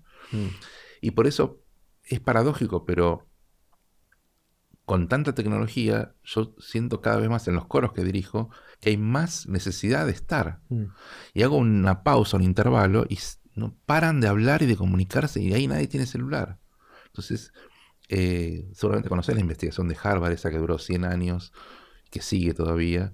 Y que nos hace felices. Que nos hace felices, y que el principal punto es la conexión con gente. En los vínculos. Los vínculos. Entonces, me parece que la música es... sea, vos podés tener lo que quieras, pero tenés un piano, tenés una guitarra y ya está, ¿viste? Con eso ya te comunicás. Me parece que la música tiene que volver a ocupar ese lugar y dejar de ser esta cosa comercial, esta cosa de, bueno, consumamos porque hay que bailar, hay que moverse, Claro. que tiene una contrapartida que dentro de poco voy a empezar una campaña para... Se sabe que el ruido hace mal, Ajá. ¿no? Y yo odio cuando estoy en lugares donde no hace falta y te ponen música al mango y no puedes hablar, no puedes comunicarte. La música te llena de un ruido porque no estás escuchando. Y mi campaña va a ser, apaguemos la música. Mm, O sea, apaguemos la música en los restaurantes que te las ponen o en los bares. Por supuesto, música de fondo puede estar buena, escuchar música que te gusta, pero volúmenes lógicos, ¿no? claro. Y me pasa, el otro día fui en Tucumán, estuve en un hotel, llego a la recepción, había un parlante, pero al remango, su nombre, llene acá. Yo digo, ¿puedo bajar eso, por favor? O sea, porque Claro. eran las dos empleadas y yo, ¿viste? No hacía falta. Pero yo digo, yo me voy y seguramente subieron el parlante y se quedaron así 8 horas por día y se van a la casa así, ¿viste? O sea, no pueden, no pueden sobrevivir, la cabeza se te destruye. Mm, Entonces me parece que la música es necesaria, es un bien esencial, como dijimos alguna vez, pero tiene que ocupar el rol que ocupa en el lugar que corresponde, ¿no? mm. No tiene que ser música que te invada, no tienen que ser volúmenes que te hagan daño. Y me parece que una de las cosas que estoy fomentando, si querés, intuitivamente es volver a la sensibilidad y también tener la posibilidad de elegir qué música escuchamos, ¿no? Los medios te bombardean siempre con lo mismo, que es lo que quieren vender, pero de repente haces escuchar algo distinto y no está tan mal, ¿no? Mm. Y después si querés escuchar lo otro, escuchalo, pero por lo menos tenés 3 o 4 opciones, ¿no? ¿Qué te parecen, Fefe, pensando en esto de la conexión en persona y los abrazos y las conversaciones sin tanto ruido que nos... ¿Qué te parecen las bandas que están muy de moda ahora y que llenan estadios a lo bestia y que hacen 10 River y 10 esto y 10 lo otro? Eh, Coldplay por ahí es la más obvia de estas, pero hay muchas dando vueltas que convocan, sobre todo post pandemia, y hay como un boom de los recitales, ¿no? En distintos Ujú. lugares del mundo, en particular en nuestra geografía hay mucha furia con esto, inclusive por momentos atravesando crisis económicas y la gente sigue gastando mucho dinero, Mm, no en cuestiones de necesidad que uno pensaría básicas, sino en ir a un recital, que quizás es una necesidad básica, pero no nos damos cuenta. mm. ¿Qué sentís con todo esto? ¿Cómo lo ves? Mira, eso no No es sé. nuevo. O sea, Mm. hoy hay mucho. Lo que pasa es que hay. Nosotros íbamos a ver a Queen o, A bueno, Vélez, me a acuerdo. Vélez Sí. o a los Beatles no llegamos a verlos, No. pero cuando viene Paul McCartney, me parece que tampoco hay que hacerse el superado, no, esta cosa, no. A mí me parece que ir a ver a Paul McCartney a Vélez es una fiesta. Ujú. Es una fiesta porque el tipo es o a los Rolling Stones, son clásicos, son tipos, estás viendo un ícono de la cultura. Incluso Coldplay también tiene canciones muy, muy interesantes, pero me parece que ahí la música tiene un rol, obviamente la gente va a escuchar recital, pero además es una parte del evento masivo que, volviendo a la música clásica, así empezó la ópera. La ópera empezó como un evento popular, Ujú. donde la gente iba a ver teatro y se juntó con música y era la gran diversión. O sea, estar en comunidad, estar en un lugar con un grupo que está tocando y cantando todos juntos, es maravilloso. Mm. O sea, no creo que eso, justamente eso creo que lo que nos hace humanos. Después, bueno, cuando tenés a gente que, hace poco estuvo alguien que de todo un recital con pistas. O sea, es un cantante con Tenía pistas. pistas de fondo y cantaba arriba. Cantaba arriba. Eso es demasiado pobre. O sea, está bien, te querés llenar de plata, llenate. Y encima llena, porque es muy mediático. Entonces, digamos, yo no diría recital masivo, bueno o malo. Depende de quién, ¿no? Ujú.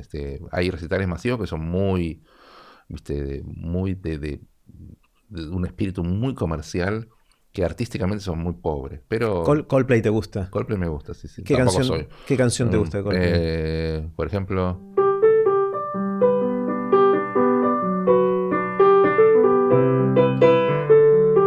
tampoco la toqué nunca. Es esta, ¿no? Es la primera vez que estás tocando esto. Sí. Algo así, ¿no? Pero cómo te sorprende eso, me encanta. Sí, me encanta. Me encanta porque aparte vos tenés una cabeza y una inteligencia, yo digo... Pero un en tipo algunas tan cosas, en otras no, en otras evidentemente no. no. Cada Bueno, uno de nosotros tiene sus inteligencias, habilidades, sí, ¿no? sí. Eso. Pero bueno, esa es una linda canción, ¿no? Mm. Y Coldplay tiene también, por supuesto que nadie se puede comparar con los Beatles, pero tiene mucha variedad en sus canciones, ¿no? Son canciones bastante distintas, tiene las canciones más rockeras, canciones más melódicas como esta, entonces parece que eso también lo hace interesante. Y además tiene esta cosa de visual, ¿no? De que son lindos de ver y tienen una puesta y luces y todo, y pantallas, todo eso suma, ¿no? Que es algo que cuando empezaron los Beatles era, ¿no? Tocar la guitarrita nada más. Está bueno, me encanta esta idea de la música como lubricante social para que suceda el encuentro, ¿no? Y los vínculos y todo eso que está diciendo, escala chiquita, escala grande, lo que fuera, siempre y cuando no sea el ruido que nos impide justamente hacer ese encuentro y poder conversar, está genial. Pero me pasó alguna vez de estar con un coro, todos felices cantando, que yo, bueno, vamos a comer una pizza al lado, vamos a la pizzería y nada, no hay de qué hablar, ¿entendés? Porque es tan diverso, tan heterogéneo el grupo de gente, que no hay puntos en común. Pero de repente te reunís a cantar y eso... Se sienten parte de algo. Claro. Así que me parece que... Así que quien está viendo esto y nunca cantó en un coro, yo creo que es una experiencia que hay que hacer alguna vez. Aunque sea 2 ensayos, pero cantar con gente.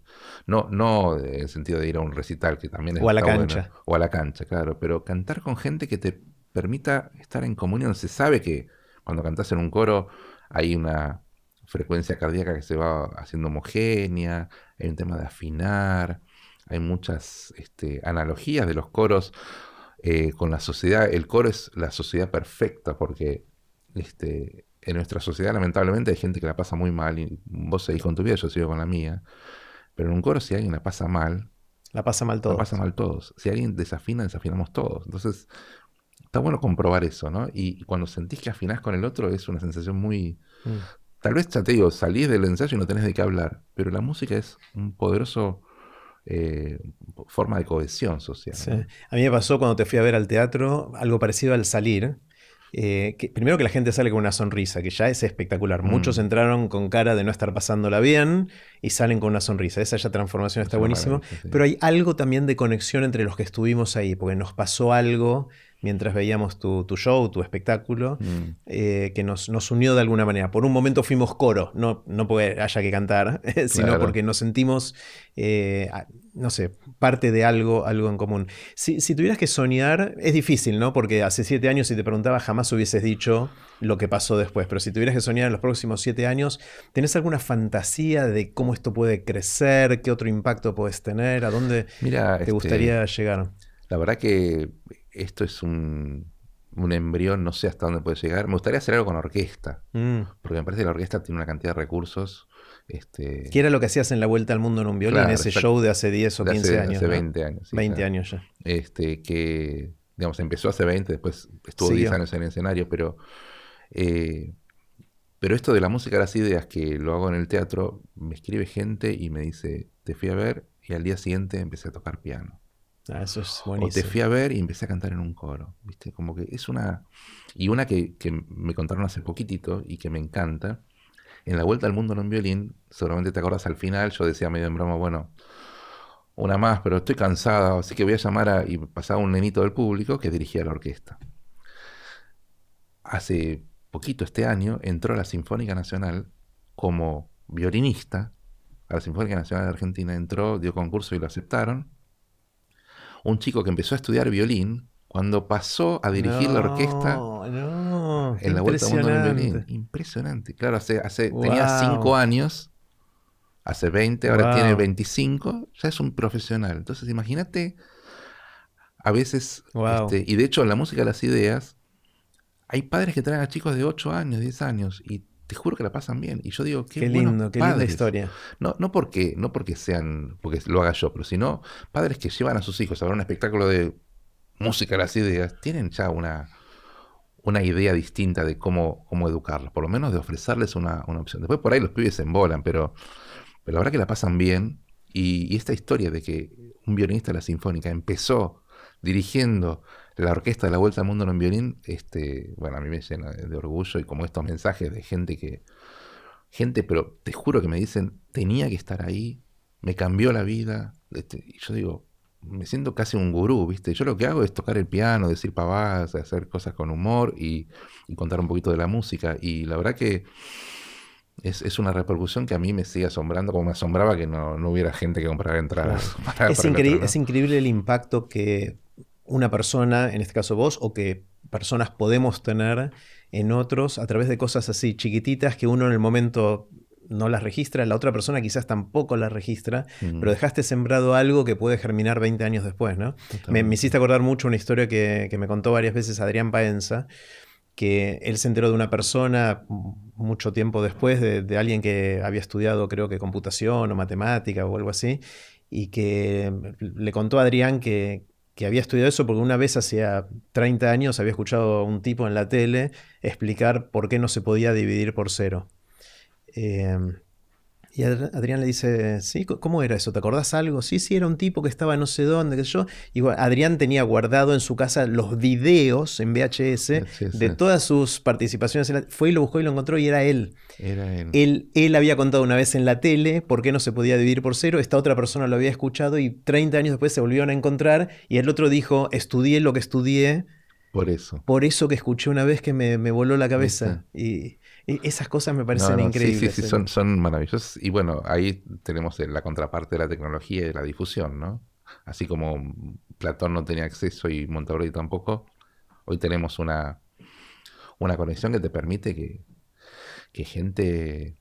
Que yo doy una charla en un banco, por ejemplo, y después viene uno y ¿qué es eso que tocaste? Y digo, Bach. Bach, ¿cómo se llama? Y anotan, ¿viste? Para después buscarlo, o lo buscan ahí mismo en YouTube para escucharlo después. Entonces nunca hubiera escuchado Bach si no hubiera sido porque... Y tal vez escuchó Bach y lo escuchó la esposa, y estaba el nene, y el nene dijo, uy, qué lindo eso, y se pongan a estudiar piano, ¿viste? Y terminan tocando... Terminan siendo músicos, como este caso de la Sinfónica Nacional, o tantos, yo sé que muchos chicos empezaron a estudiar música después de venir a ver el espectáculo, ¿no? Eso es espectacular. Digamos, uno siempre tenemos un paso por este mundo tan corto, ¿no? Si lo vemos, hacemos un zoom, no importa mucho, pero sí importa en la medida que dejas algún tipo de legado, ¿no? Algún tipo de huella impacto, en una persona, no se falta mucho. En general, yo, por suerte tengo 2 hijos hermosos que son, digamos, te diría la razón por la cual pasé por este mundo, ¿no? Para generar estas 2 personas maravillosas. Pero nunca se sabe con lo que haces a quién le podés impactar. Y de hecho, bueno, acá en estas charlas seguramente más de uno, y que ni te enteraste, ¿no? Se sintió afectado porque, digamos, hace poco vi la charla que tuviste con Mariano, Sigma, la última, ya fueron varias, pero la última sobre inteligencia artificial enorme, la de Fer Pollack, que estuvimos haciendo un flash mob ahí en el restaurante, y son impactos muy fuertes, que si los escuchás con atención, seguramente te pega por algún lado, ¿no? Y tal vez, hablando del impacto de la gente, por propiedad transitiva, vos se te ocurrió hace muchos años formarte de X Río de la Plata. Y yo lo que hago ahora, tal vez tenga que ver con eso. Mirá. O sea, vos sos el culpable de que alguien estudie piano o toque en la Sinfónica Nacional. Por transitividad. Por transitividad. Mirá. Y esta, siempre me acuerdo ¿te acordás de Volver al Futuro, ¿no? La película, cuando el malo encuentra la revista y se hace un futuro paralelo, ¿no? Sí. Esa es una escena que a mí siempre me persigue. Sobre todo dedicándote a la música, decís, ¿qué hubiera pasado si? Claro. Yo estudié en Estados Unidos, cuando terminé el doctorado dije, me volví porque siempre extrañé mucho. Y después me fui a Honduras y dirigí la Sinfónica Nacional y me podía quedar o podía... Pero bueno, fuiste tomando decisiones. Se dio este futuro, ¿no? ¿Cómo habrá sido el otro, no? Claro. Siempre me llama la atención. Y es interesante cuando el científico, el viejito, le dice a Michael Fox, no, tenemos que volver al punto donde se bifurcó, porque si no, no podemos corregirlo, ¿no? Y él ve su foto que se borra. Bueno, estas cosas son las que te hacen humano, ¿no? Sí, está porque buenísimo. los perros no tienen idea de futuro y no tienen idea de pasado, viven. Pero son felices también, ¿no? Y son felices, sí. También la miseria humana viene de esta sensación que tenemos de poder controlar. Lamentablemente somos seres conscientes, con todas las ventajas y también Claro.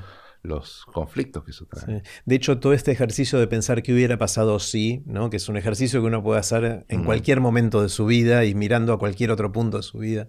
¿Qué hubiera pasado si no conocía a tal persona o no tomaba tal decisión?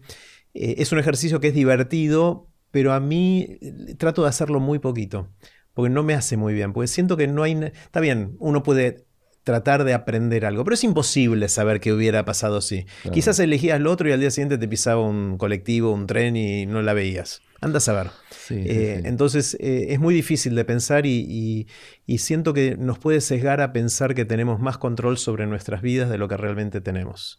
Sí. Es decir, la vida que se nos dio, está bien, tomé algunas decisiones, pero no fue principalmente por eso, fue porque me pasaron cosas y bueno, fue algo que hice con esas cosas que me pasaron que me llevaron a algún lugar, ¿no? Sí. Pero uno, o sea, nos gusta contar el cuentito de nuestras vidas como si fuéramos más artífices de lo que creo que somos, ¿no? Pues creo que somos mucho más de las consecuencias de esa circunstancia azarosa de nuestro entorno que no controlamos y que sucede, ¿no?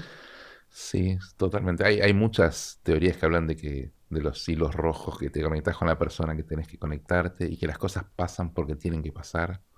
Mucha sabiduría oriental que habla de que... No sé si tienen que pasar, ¿no? No sé si hay un destino o No, bueno, algunos dicen que sí, que Ujú. las cosas se dan, viste, ¿por qué te encontraste justo?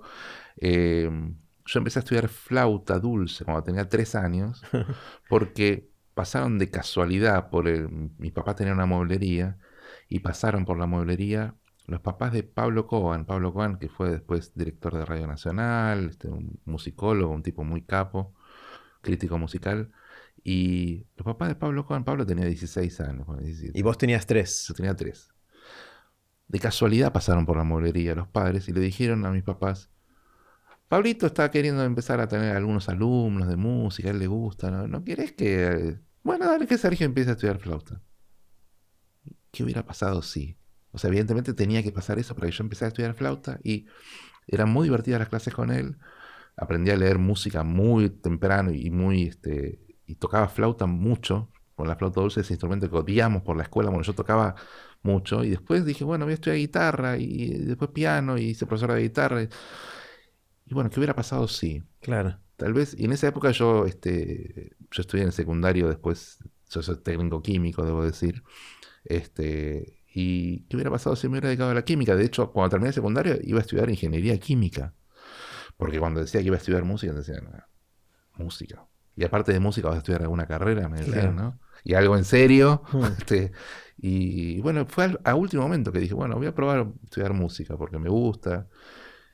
¿Y qué hubiera pasado si Santi Birinkis no hubiera venido a dar la vuelta al mundo en un violín? Que dijo, lo voy a invitar. Todo está lleno de esto que hubiera pasado si. Y la pregunta que más me hago es, ¿qué cosas no pasaron? Que Pero podrían haber pasado. Podrían haber pasado, sí, ¿no? Mm. ¿Con qué persona no me encontré que hubiera determinado un cambio de rumbo, ¿no? Pero bueno, estamos medio Sí. filosóficos, existencialistas, pero la música lo que te hace cuando... Antes te nombré el Requiem de Mozart que estoy haciendo ahora, que estoy ensayando. El Requiem de Mozart, el Requiem es una oración, así como el Magnificat es la oración de la Madre Virgen María que se entera de que está engendrando a Jesús. El Requiem es una misa para los difuntos. Ujú. Y vos no podés ensayar eso sin involucrarte desde lo espiritual de alguna manera. Entonces te hace más sensible a ciertas cosas, te produce un cierto escozor, ¿no? Cuando empieza así, mira. Los bajos cantan.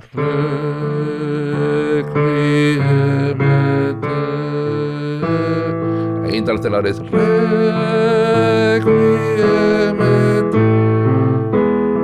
Requiem aeternam. Dice, dale descanso eterno a los que se fueron, ¿no? Entonces, no es una canción fácil, ¿no? Y de alguna manera primero, te sensibiliza, te llega muy profundamente, pero además te hace cuestionarte tu rol, ¿no? Mm. Tu rol y tu paso por la vida, porque estás hablando de o sea, todos nos vamos a ir de este mundo. Vos en tu charla dijiste que tal vez no, pero Creo que sí. creo que sí, ¿no? Sí. Y te hace pensar en, como dice una amiga que tengo, cuando le decís algo te dice, los problemas de la vida son otros, ¿no? Y repetir esa frase, los problemas de la vida son otros, hace que todo tenga una perspectiva muy, muy distinta, ¿no? Y son pocos los problemas que nos hacemos que son realmente problemas, ¿no? Y haciendo de vuelta esa acrobacia intelectual, la música te permite, primero, ser mejor, dedicarte a, en mi caso, dedicarme a aquello que los demás hacen como hobby, y en mi caso es mi trabajo, y también poder profundizar en cosas que nos hacen humanos. Que tal vez si estás en una oficina con todo el respeto o sos un cajero de un banco, estás con los números todo, pero no sé cuánto tiempo podés dedicarte mientras trabajás a pensar cuál es el sentido de mi vida hoy. Bueno, siendo músico estás todo el tiempo pensando eso. ¿Cómo lo hago? ¿Qué quiero hacer? ¿Cómo interpreto esto? Mirá lo que puso acá, mirá estas notas, fíjate el texto. Bueno, es una profesión que es hermosísima. O sea, yo soy un bendecido de dedicarme a la música. Tengo una respuesta de la gente que me llena de energía, vos lo viste en el teatro, pero además te hace estar todo el tiempo, digamos, la contraparte es estar todo el tiempo muy pendiente de cosas que el resto de los humanos no se cuestionan. Como dijo alguna vez alguien, aquellos que tomamos a la ligera las cosas por las cuales la gente se preocupa, nos podemos preocupar por las cosas que la gente toma a la ligera, ¿no? Y a mí me preocupan cosas que a la gente no le importa, creo. Pero bueno, es parte de mi profesión, ¿no? Está a eso buenísimo. me dedico. Fefe, ¿tenés ganas de que juguemos unos minutos al juego de Aprender de Grandes? Vale, como siempre. Pues, la vez pasada, cuando grabamos hace 7 años, hacíamos la cuenta hace un rato, te hice las preguntas finales, el bombardeo de preguntas de Aprender de Grandes. Así que hoy vamos a usar la excusa del juego de Aprender de Grandes para hacerte otras preguntas distintas. Si alguien nos está escuchando acá y no escuchó el episodio anterior, tiene que escucharlo, no verlo, porque no había video en ese momento. No es que no había video en el mundo, no había video en Aprender de Grandes. Vayan a escucharlo, que está buenísimo, está en Spotify, Apple Podcast, todo eso. Dije cosas distintas, eso me... Muy distinto, muy distinto. Muy distinto, ¿viste? Antes venías preocupado de qué ibas a decir nuevo, dijiste un montón de cosas yo nuevas. dije, no tengo nada nuevo para decir, pero bueno. Tenías pero, mucho, más de lo que pensaba. Vale, Bueno, el juego de Aprender de Grandes, juego de naipes, cada carta, como sabes, tiene una pregunta. Voy a mezclar. La idea de esto es que sea disparador de conversaciones. Te voy a dar 3 cartas al azar. 1, 2, 3. Y te voy a pedir, yo voy a sacar también 3 cartas. No dijimos ningún chiste hoy, ¿eh? ¿No? Deberíamos hacer un chiste. Ahora pensamos uno con las músicos, cartas. ¿vale? ¿Chiste de músicos? Claro. A ver, contate un chiste de músicos. Chiste de músicos. Bueno, por ejemplo, el chelista, no sé si te lo conté, A ver. que el director le dice al chelista, en este pasaje usted toque pensando que el ser humano pasa de la divinidad y se transforma en algo terrenal. Y el chelista le dice, maestro, ¿usted quiere mezzo forte? Es típico de los músicos que necesitan la instrucción, y los directores muchas veces nos vamos por las ramas con ideas. Con metáforas un poquito raras, ¿no? Sí, que son difíciles de poner en la práctica. Pero bueno, ¿qué hago con esto? ¿Las leo? Yo también agarré 3. Léelas en voz alta y la idea es que cada uno va a elegir una que tiene ganas de responder. Entonces, léelas en voz alta y decinos cuál elegís. Decime, y todos te escuchan, cuál elegís. ¿Qué dijiste que nunca harías y terminaste haciendo? Bien. Recordá una foto tuya, ¿cuál es la primera que te viene a la mente? Ajá. ¿Qué nuevo invento necesitamos? Perfecto. Mientras vos pensás cuál responder, yo leo las 3 mías. Dale. Y hago lo mismo. A mí me tocaron. ¿En qué sentís que sos una persona creativa? ¿Qué harías si supieras que no vas a fracasar? ¿Y qué cosas no te perdonás? Está difícil. Hablando de revisar el pasado, ¿no? Y las decisiones que uno toma. Creo que voy a ir con esa. Que no sé si es muy duro, no te perdonás, ¿no? Porque uno es... No, sí. Bueno, ¿elegiste cuál querés responder vos? La verdad que no sé. Cuando digo, recordaba una foto tuya por ahí, ¿no? Ajá. Porque tiene que ver con esto de la historia. La pregunta es, recordar una foto tuya, ¿cuál es la primera que te viene a la mente? Cuando yo estaba en la escuela primaria, estaba en primer grado, ¿no? Y un día llevé la flauta dulce. Y por alguna razón yo pensé que estaba mal tocar la flauta dulce, que iba a ser lío, qué sé yo. Entonces la guardé bien y fui al recreo. Cuando fui al recreo, la saqué la flauta y empecé a tocar. Se armó mi primer concierto. primer concierto, grupo de fans, todos alrededor mío, qué sé yo. Y de repente viene una señorita Nora, que era de segundo. Señorita Nora, mira, escucha, ¿no? Y mira, y yo digo, yo la guardé pensando que, no. Se Sí. dijo, sí, ¿qué estabas haciendo? Feferovich, me dice Feferovich, no sé por qué, pero, ¿qué estás haciendo, Serguito? No, toca. Y empecé a tocar, la mina no podía creerlo, porque yo era un árbol, tenía el pelo así muy largo, los anteojos bien para que no se rompan, ¿viste? Esos marcos. Sí. Y ya tocabas después de 3 años de De hacer 3 años, flauta. claro. Entonces ya en primer grado tocaba, me acuerdo que tocaba... Imagínate eso en flauta, ¿no? Era muy difícil para un nene, que era una cosa rara. Bueno, la cuestión es que me dijo, no, es maravilloso esto que yo. Había una peña folclórica, peña de las escuelas, de la Sí, cooperadora sí. para juntar plata, y bueno, un escenario enorme. No había micrófono, no había nada, y de repente me dice, quiero que toques en la peña. Bueno, entonces me acuerdo del patio de la escuela lleno de mesas, vendían choripanes, vendían salchichas. Y me pusieron a mí, solito en el medio del escenario con la flauta, y toqué justamente eso, el choclo. Y me acuerdo que no había micrófono nada y la gente se cayó. Un silencio, pero parecía... Empecé a tocar y me acuerdo de una foto que me sacaron ahí, ¿no? Esa escena de como diciendo... Y metafóricamente digo, me subí al escenario, tenía 6 años y no me bajé nunca más. O sea, Está buenísimo. el escenario me resulta muy familiar. Porque de chiquito me di cuenta que estoy para eso y que la paso bien ahí, que la gente responde muy Qué bien. lindo. Así que me acuerdo de esa foto, ni sé Mm. dónde estará, pero me acuerdo de esa foto. Qué lindo. Me encanta decir la gente se cayó, que es del verbo callar, no del verbo caer. Pero es interesante porque también podría haber sido que la gente se cayó de caerse, Se ¿no? cayó de caerse, sí. Así de la sorpresa de lo que estaba viendo. Sí, y me acuerdo que la señorita Nora me dijo, si tocas bien, pues yo estaba con medio, no sabía bien de qué se trataba, pero me acuerdo de esa imagen, y me dijo, si te portás bien, te voy a regalar un pancho. Un pancho. Un pancho, digo, en hot dog, para traducir a los... ¿Cobraste por eso o no? No, cobré un pancho. Pero está muy bien, por Está eso muy digo. bien, o sea, Es la primera vez que cobraste como músico. Mirá como Cobré lo como tuyo fue músico. una vida lucrativa de música desde el primer claro. día. Pero yo me acuerdo que cuando terminé de tocar, no me importaba nada el aplauso de la gente. Me acuerdo que salté del escenario, me agarró a UPA, la señorita Nora, y me llevó a donde A estaban los buscar el panchos. pancho. Yo quería un pancho. El aplauso no tiene Lo nada que hiciste ver. por el premio. Solamente el pancho. Porque tener un pancho, siempre me gustó mucho comer.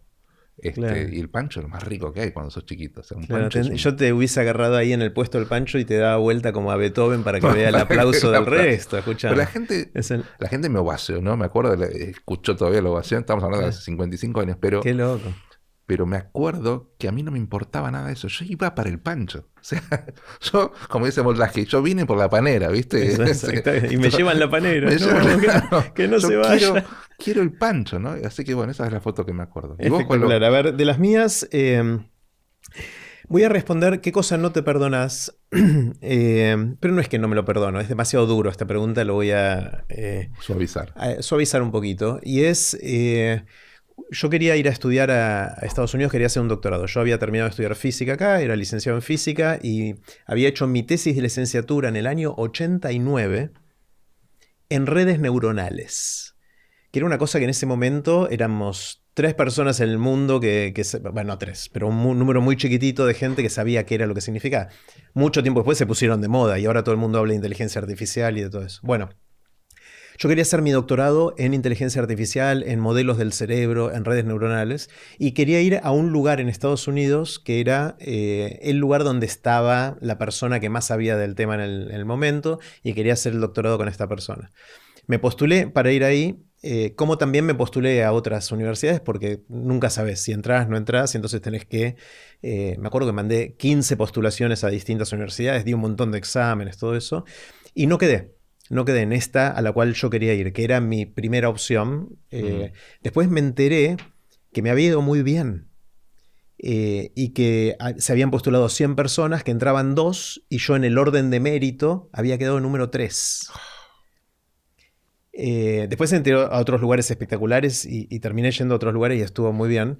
Pero lo que me pasó fue que conversé con un argentino, falleció, Leo Falikov, que es un físico que vivía en San Francisco, y le conté esto a Leo, alguien me había hecho la conexión con él, y él dijo, mirá, si realmente querés hacer esto, yo puedo tratar de ayudarte para ver si conseguimos media beca, porque yo no tenía plata, necesitaba una beca para poder hacer estas cosas, pero bueno, vas a tener que trabajar de otra cosa durante el primer año y no sabemos si después se renovará la beca o no, es un esfuerzo, no sabemos.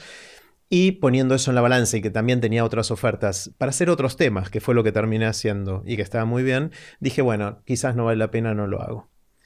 Y hace unos días, le estaba contando esta historia a Mariano Sigman, con quien hablamos mucho sobre inteligencia artificial, redes neuronales y todo eso. Él sí le dedicó su vida A eso, científica o profesional a esto. Yo no, se la dediqué a otras cosas. Y siempre me pregunté qué hubiese pasado si a Leo le decía, dale, vamos a arriesgar eso, el riesgo de no poder renovar la beca, de tener que trabajar de otras cosas y no poder dedicarme de lleno a eso que quería hacer. Y siempre me entró la duda ahí. Y a Mariano se lo conté con un poquito de sensación de quizás no estuvo bien mi decisión. Y Mariano, en italiano puro, me dijo, te hubieses cagado de embole. Ah, sí, mira. Porque tendrías que haber esperado 35 años para que eso que estabas haciendo a fines de los 80, principios de los 90, ahora tenga impacto. Y anda a saber si lo hubiera sostenido, si hubiera sido parte de esta movida. Ahora es fácil de decir eso, ¿no? Y eso me hizo pensar mucho, primero en revisar esta idea de si no me perdono, eso sí, que me lo perdono, obviamente. Por supuesto, sí. Pero también esta idea de que es muy difícil pensar que hubiera pasado sí. Sí, Es más un ejercicio de fantasear. Se hubiera bifurcado el futuro, ¿no? Se hubiera bifurcado y andás a ver qué era de tu vida. Quizás no terminaba, no sé, formando la familia hermosa que formé por distintas razones, viviendo en otros lugares, sin poder tener esta conversación hoy acá, ¿no? Bueno, mira, algo en cierta medida, no es que no me perdono, pero cuando mi primer intento para estudiar en Estados Unidos fue en dirección orquestal. Y me anoté en la Manhattan School of Music, que era muy exigente, y me dijeron, bueno, bienvenido, qué sé yo, esa época era todo por carta, ¿no? Hay una audición muy competitiva para que usted veamos su capacidad. La cuestión es que llegué, éramos 16, ponele, candidatos a un lugar de dirección orquestal, coreanos, italianos, franceses, de todos. Y la verdad que era un día que entrabas, venía un tipo, anotarlo, ¿viste? Después un cuarteto de maderas, copiarlo, transponer, leer una partitura a primera vista, dirigir, bueno, todo así. Eso fue todo un día, 8 horas. Terminé con la cabeza pero destruida. Terminó eso y al día siguiente iban a poner una planilla con aceptados o no. Y lo digo esto porque ya me conoces. Dice, not admitted, que fue lo primero que yo leí, y no me encontraba. Admitidos, yo, el único. Yo dije, no puedo creer esto. Entonces me manda una carta diciéndome, o sea, el director de la... Dice, lo felicitamos, usted, qué sé yo, el único admitido de todo el mundo para... Lo único que, por regla no damos beca el primer año. No demos beca el primer año. O sea, los que ingresan... Tenías que bancártelo vos. Eran $15,000 ponerle a tuition, era mucha plata. Yo le dije, mira, como pude, le dije, ¿me pueden hacer una carta? Bueno, la cuestión es que me hicieron una carta diciendo que yo era el futuro Beethoven, más o menos, por los sordos. y me dijeron, decía la carta, creo que por ahí la tengo, a las autoridades argentinas o a quien corresponda. Por favor, ayuden al señor, porque es un futuro. La cuestión, yo vine a la Argentina, estuve 2 meses y medio tocando todas las puertas posibles. Y no es que no me perdono, pero creo que no toqué todas las puertas posibles. Y en agosto del 2000 algo, no, del 1900 algo, 1990 y pico, en agosto me mandan, si usted no abona su matrícula para la semana que viene, pierde su admisión. Y la perdí. Y a la semana me escribían de la OEA que yo había aplicado para la OEA diciéndome que me becan, pero para ir a otro lado, a Washington, que fue donde fui finalmente. Así que, ¿qué hubiera pasado? Sí, ¿no? En estos casos son preguntas que a uno le... Porque solamente hubiera estudiado dirección orquestal en el lugar más top de Nueva Pero York. quizás la pasabas mal porque tenías compañeros mala onda o profesores Sí, que sí, no o sé qué. como decís, o- vos no hubieras formado la familia. y no hubieras ¿no? conocido a no sé quién en el Claro, camino. Es- por eso tuvo que ser así. Y después hice la maestría en Washington y me dijeron que estaba el conservatorio Peabody de Baltimore con la Universidad Johns Hopkins, que es recontra top. Y ahí, de vuelta, una audición muy competitiva donde había 3 lugares y había 40 inscriptos. Y ahí quedé. Mm. Y como ahí quedé, ya tenía la beca de la OEA, entonces le dije Ahí. a la OEA, mira, quedé, entonces me mandaron, y ahí tuve a Fredrik Prausnitz, un maestro de esos que te dejan mucha huella, y bueno, y terminé la Sí. maestría, y cuando terminé la maestría me dijo, quédate un tiempo más, tenés más para aprender, y terminé el doctorado también. ¿Sabes, Fefe, que yo tenía un amigo, jefe, compañero de trabajo, todas esas cosas, Jorge Becerra, que siempre me decía una frase que en el momento yo no lo entendía muy bien, pero que después la fui adoptando como propia, y es ante todas estas situaciones, él me decía, me lo decía en inglés, me decía, bad news, good news, who knows? Mala noticia, buena noticia, quién sabe. ¿No? Y yo en el momento digo, no, pará, es mala noticia, no me hinches, esto que nos acaba de pasar es malo. Y él me dice, no sé, quién sabe. Y a veces pasaba, no siempre, pero a veces pasa que lo que creías que era mala noticia termina siendo buena noticia por efectos totalmente inesperados y impredecibles en el primer momento, ¿no? Totalmente. Y es por eso que estoy últimamente medio en contra de hacer demasiada revisión histórica de mi propia vida. Que No, creo eso que no tiene mucho sentido, es cierto. Sí sirve para proyectarse. Me parece Sí, que... y es un ejercicio, puede ser divertido, pero tampoco tomárselo muy en serio, porque No. es imposible saber qué hubiera pasado si. No, y el pasado ya no es lo que era, ¿no? Sí, sí. No, el futuro no es lo que era. Algo así, eso. El futuro, No es lo que era. No es lo que era. Fefe, despidámonos con algo. ¿Qué te da ganas de tocar ahora? Bueno, algo que hago en el espectáculo, ya que A ver, estamos, dale. el tengo ritmo, porque lo tengo más en dedo. Dale, básicamente. A ver, tengo ritmo es, primero que es muy Gershwin, pero además tiene una melodía que es... que vos decís, con esto, ¿qué podés hacer, no? Y mirá lo que hace Gershwin.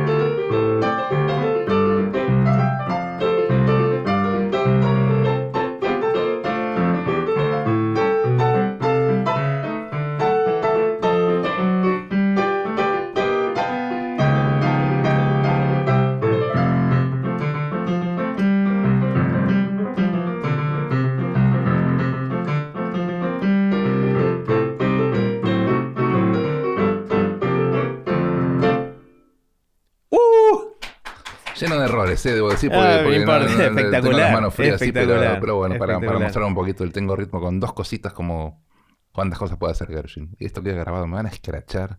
Aprender a tocar el piano, no sé, pero bueno. Bueno, Fefe, Ahí me está. encanta, me encanta. No esperemos 7 años para grabar otro episodio. Cuando vos quieras, siempre es un placer. Dale, Pero podemos bueno. seguir charlando igual.